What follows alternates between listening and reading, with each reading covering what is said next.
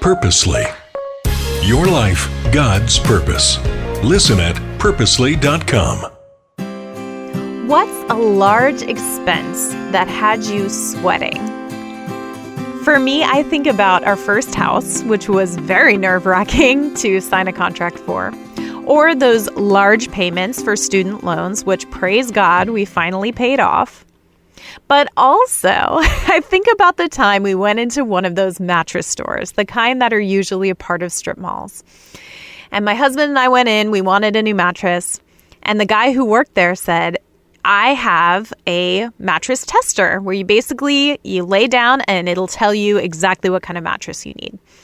So we did it. We laid down on this mattress. He configured the different things that you need to adjust, and we got off, and the guy said, well, this is the mattress that is best for you. Of course, it was the most expensive mattress in the store. And we ended up getting it, and we got home and we were like, what did we just do? And I'll tell you now, we still have that mattress. I still love it, but that was a very big expense that day. So now that I've told you my big mattress story, this is Jen. Welcome back to the Bible for Busy People podcast, where this week we are talking about Frederick Buechner's / Philip Yancey's concept of atrocious math and how God's abundant generosity can look outrageous to us, or we can even be offended by it in our society, in our day and age. We can look at how the math just does not math in some of the parables and some of the stories in the Bible, but it's indicative of God's incredible grace. So we could say that God isn't very good at math, but really at the end of the day, God is just incredibly generous with us, and it doesn't always compute in our minds. And it certainly didn't in some of the stories that we're going to look at today, or in the two stories that we'll look at. So today we're talking about two women who gave all they had. Women that didn't hesitate to give, and they were so honored by God because of it, even though the people around them were critical. We'll start in Mark chapter 12. In verse 41, it says, Jesus sat down opposite the place where the offerings were put and watched the crowd putting their money into the temple treasury. Many rich people threw in large amounts, but a poor widow came and put in 2 very small copper coins worth only a few cents. Calling his disciples to him, Jesus said, truly, I tell you, this poor widow has put more into the treasury than all the others. They all gave out of their wealth, but she, out of her poverty, put in everything, all she had to live on. We see all the people lining up to drop off their gifts, and I'm guessing that people who cared about appearances, and I probably only know this because I can care about appearances sometimes, I can guess that those people looked forward to the opportunity to give in a public way. But this woman was also eager to join the line, not for the same reason though. She was looking forward to giving to God. I always picture her, since they're 2 copper coins, I always picture her giving 2 pennies. And I think probably most of us can think of that in that way, which just seems incomparable, I would think, to all of the money that's being put in by these other people. Now, the Bible doesn't tell us what everyone else was thinking, but I can imagine that the wealthier people there might have been getting a little bit smug when they saw this. You know, we can decide in our minds what's good and right, and God turns that on its head. God doesn't need our money, so that frees us up to give as generously as we want, to give back to God. Actually, to give to God what is God's. This woman evidently decided that God was worth everything she had. Jesus said the woman gave more than all the others put together. To the rich, this would have been outrageous because more is more, right? The Enduring Word commentary tells us that God's definition of commendable giving depends on 3 things: the spirit of the giver, which is cheerful, what it costs the giver, and how we view the giving.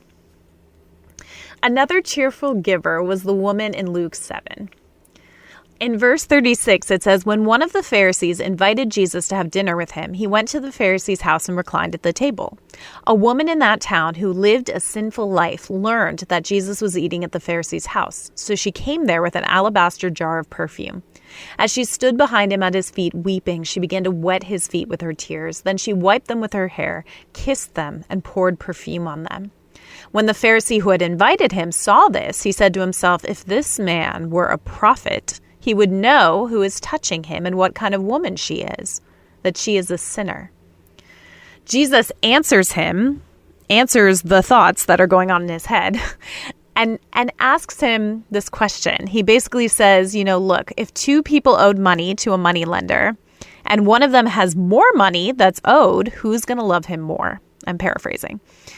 And the Pharisee responds, I guess the one who had the bigger debt canceled. And Jesus says, yes. And then he says, look at this woman. Look at all that she's done for me. Whereas you didn't even welcome me when I came in the house. You didn't wash my feet. You didn't do all the traditional hospitable things for me. And so he draws attention to the contrast between these two and basically asks the question, whoever is forgiven more, they love more, right? And even the Pharisee can agree to that. So I love this because in this story, the woman just boldly walks into a room that is likely full of men and definitely full of people who know her backstory. And one person, if not all, was judging her harshly. But she displays lavish love and gives generously in every way that she can. She's not worried about her reputation.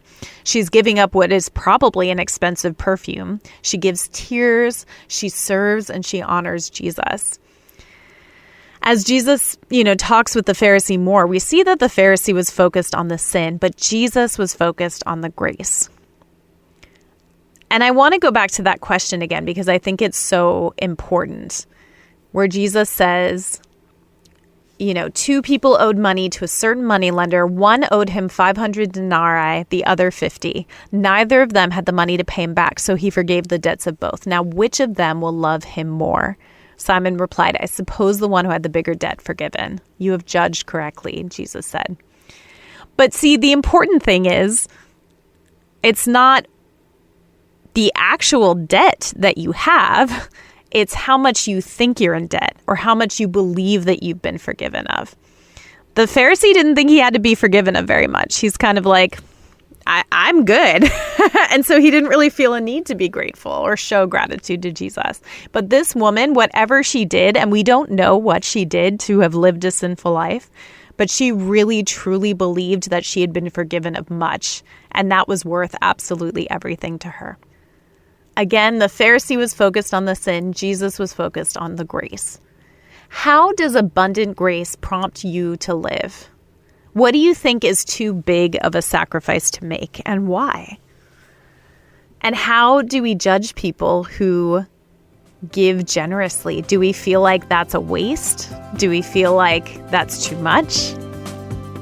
All good questions to ask and think about today. And I am excited to chat with you on this again tomorrow. Thank you for listening to The Bible for Busy People. If you need prayer or want to go deeper in your faith, visit our show notes. Will you take a moment to share with a friend and leave a review? It helps the Bible get into even more people's minds and hearts. Find more podcasts that will recharge you at purposely.com.